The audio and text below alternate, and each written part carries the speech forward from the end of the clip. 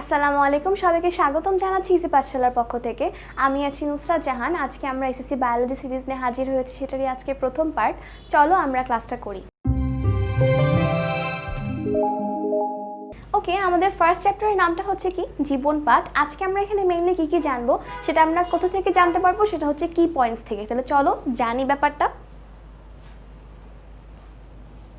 একটা চ্যাপ্টারের ক্ষেত্রে কিন্তু অবশ্যই কি পয়েন্টসগুলো খুবই গুরুত্বপূর্ণ, এটাকে একদমই অ্যাভয়েড করা যাবে না, সেটা যে চ্যাপ্টারই হোক না কেন। আমাদের স্কোর করার জন্য কিন্তু কি পয়েন্টসটা একদম মুখ্য বিষয়। ওকে, তাহলে আমাদের কি পয়েন্টস একটু আমরা জেনে নিই। সেটা হচ্ছে একদম ফার্স্টে আছে জীববিজ্ঞানের ধারণা ব্যাখ্যা করতে পারবো, অর্থাৎ হোয়াট ইজ বায়োলজি সেটা আমরা কি করতে পারবো, ডিসক্রাইব করতে পারবো। তারপরে আসি জীববিজ্ঞানের প্রধান শাখাগুলো বর্ণনা করতে পারবো। তার মানে এতটুকু কিন্তু শিওর যে অবশ্যই জীববিজ্ঞানের কিছু শাখা আছে, এবং এগুলো আমরা কি করতে পারবো, জানবো এবং ডিসক্রাইব করব। ওকে, তারপরে আসি জীবের শ্রেণীবিন্যাসের ধারণা ব্যাখ্যা করতে পারবো। শ্রেণীবিন্যাস কি, কেন করা হয়, পদ্ধতি, আরও অনেক কিছু। জীবের শ্রেণীবিন্যাসের প্রয়োজনীয়তা মূল্যায়ন করতে পারবো। এই যে শ্রেণীবিন্যাসটা করা হচ্ছে অবশ্যই বিনা কারণে না, তাহলে কোন কোন কারণে এবং কিসের প্রেক্ষাপটে এগুলো করা হচ্ছে, এটার কি গুরুত্ব এবং প্রয়োজনীয়তা সব কিছুই আমরা বুঝতে পারবো। তারপরে আসি জীবের শ্রেণীবিন্যাসকরণ পদ্ধতিটা আমরা কি করতে পারবো, বর্ণনা করতে পারবো। তারপরে রয়েছে দ্বিপদ নামকরণের ধারণা এবং গুরুত্ব ব্যাখ্যা করতে পারবো। দ্বিপদ নামকরণ জিনিসটা কিন্তু অনেকবার কোশ্চেনে আসে, সিকিউ বলো এমসিকিউ বলো সব জায়গাতে। ওকে, তারপরে একদম শেষে আছে বাস্তব জীবনে জীবের শ্রেণীবিন্যাসের প্রয়োজনীয়তা সম্পর্কে আমরা কি হব, সচেতন হব। তাহলে প্রথমত আমরা কি জানলাম, কি পয়েন্টসগুলো কি আছে, এবং এই কি পয়েন্টসগুলো কিন্তু আমাদেরকে হাতিয়ার বানিয়ে কি করতে হবে, যুদ্ধক্ষেত্রে যেতে হবে, যেন আমরা সবগুলো কোশ্চেনের অ্যান্সার করে আসতে পারি। ওকে, তাহলে আমরা মূল পড়ায় চলে যাই। ওকে, আমরা মূল পড়ায় চলে আসলাম। আমাদের প্রথমে আছে কি জীববিজ্ঞানের ধারণা। এখন এখানে মেইনলি আমরা কি জানবো, আসলে প্রথমে আমরা জানবো বায়োলজি ওয়ার্ডটাকে। তাহলে আমরা একটু লিখি ব্যাপারটা। ওকে, তাহলে আমরা প্রথমত ব্যাপারটা একটু লিখে নিব।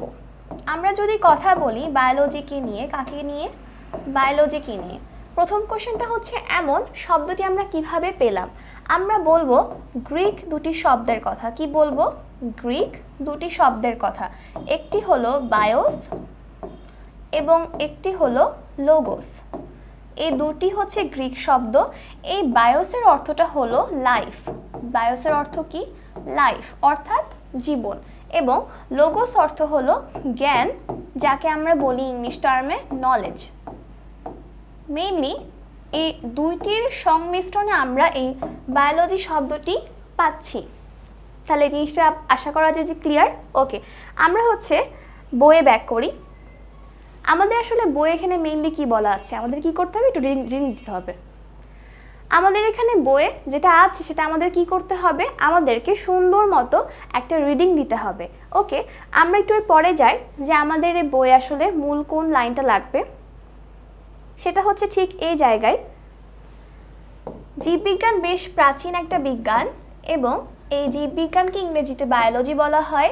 এটি গঠিত হয়েছে গ্রিক দুটি শব্দ বায়োস এবং লোগোস, এই দুটি শব্দের সংযোগের মাধ্যমে। তাহলে আমাদের কিন্তু এই পার্ট থেকে এতটুকুই লাগছে।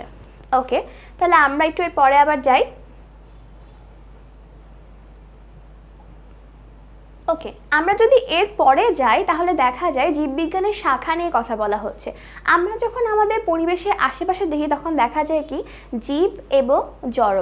এখন এই যে জীব এবং জড়ের কথা বললাম, আমরা পড়ছি জীববিজ্ঞান, তাহলে আমাদের জড় ব্যাপারটা কিন্তু আসছে না, আমাদের কি আসছে, জীব। যাদের জীবন আছে তাদেরকে নিয়ে আমাদের কাজ। এখন দেখা যায় যখন শাখা করা হয় তখন কীভাবে শাখা করা হয় জীবকে, প্রাণী এবং উদ্ভিদ। কিন্তু এদের মাঝে কিন্তু একজন থাকে, সেটা হচ্ছে কি অণুজীব। এদেরকে নিয়েও কিন্তু কাজ করা হয় কোথায়, জীববিজ্ঞান। এটা কিন্তু আমরা আরেকটু পরে জানতে পারবো। এখন মেইন যে শাখার কথা বলা হচ্ছে সেটা আসলে কোনটা, দেখা যায় ন্যাচারাল সায়েন্সের সবগুলো পার্ট বা যে কোনো কিছুর ক্ষেত্রে দুইটা ভাগ দেখা যায় বা দুইটা শাখা দেখা যায়। সেটা হচ্ছে একটা মৌলিক এবং আরেকটা কি ফলিত। এই দুটো নিয়ে আমাদের আসলে আজকে কাজ। তাহলে আমরা একটু বয়ে আসি। আমাদের এই পার্টটা লাগবে। জীববিজ্ঞানে এখন বহু সংখ্যক শাখায় বিভক্ত হয়েছে এবং আমরা পাচ্ছি ভৌত বা মৌলিক এবং পাচ্ছি ফলিত। এই দুই ভাগে ভাগ করা হয়ে থাকে জীববিজ্ঞানকে, যেটা কি অন্যান্য ন্যাচারাল সায়েন্সের পার্টেও কিন্তু দেখা যায়, আগে কিন্তু বলে নেওয়া হয়েছে। তাহলে আশা করা যায় জিনিসটা ক্লিয়ার। আচ্ছা, তাহলে আমরা এখানে কি কি জানলাম, বায়োলজি শব্দটা কিভাবে আসলো এবং বায়োলজির যে শাখা আছে এটাও আমরা জানলাম। এখন আমাদের নেক্সট পার্টে আমরা কি জানবো, নেক্সট পার্টে আমরা জানবো এই শাখাগুলোর বিস্তারিত এবং শাখার অন্তর্ভুক্ত বিষয়গুলো। তাহলে আজকে এখানে শেষ করছি। আসসালামু আলাইকুম, ধন্যবাদ সবাইকে।